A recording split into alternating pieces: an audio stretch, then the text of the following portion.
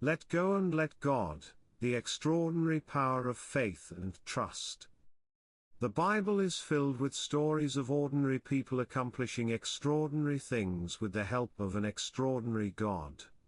From Abraham to Peter and John, we see that God can and will use anyone who is willing to trust in Him and have faith in His process. In the book of Joshua, we read about the Battle of Jericho.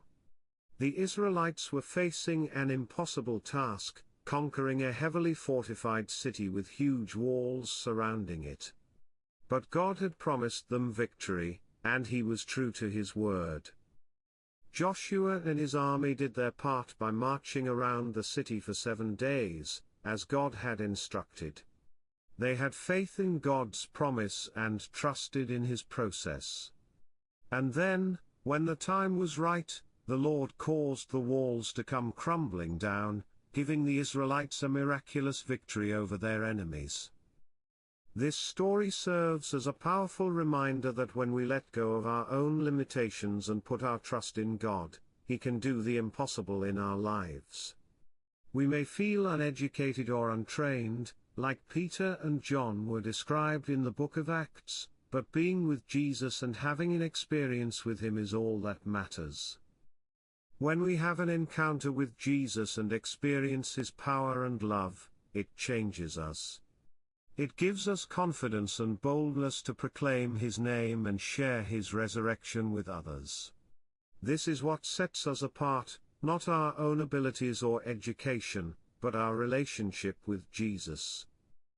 Just like the early Christians, we may face opposition from those who do not understand or believe in the power of Jesus' resurrection. But as long as we continue to have faith and trust in Him, He will work through us to do great things. In today's society where everything is based on what we can see and understand, it can be difficult to have faith and trust in something that may seem beyond our comprehension. But we must remember that God's ways are higher than our ways, and His thoughts higher than our thoughts. Isaiah 55:9. We live in a world that values perfection and success, and it's easy to feel like we don't measure up. But God doesn't look for perfect people, He looks for willing hearts. As the saying goes, God doesn't call the qualified, He qualifies the called. He can use anyone who is willing to surrender their life to Him and trust in His plan. We may look at our own weaknesses and struggles and think, there's no way God can use me. But we must remember that the power of resurrection is at work in us.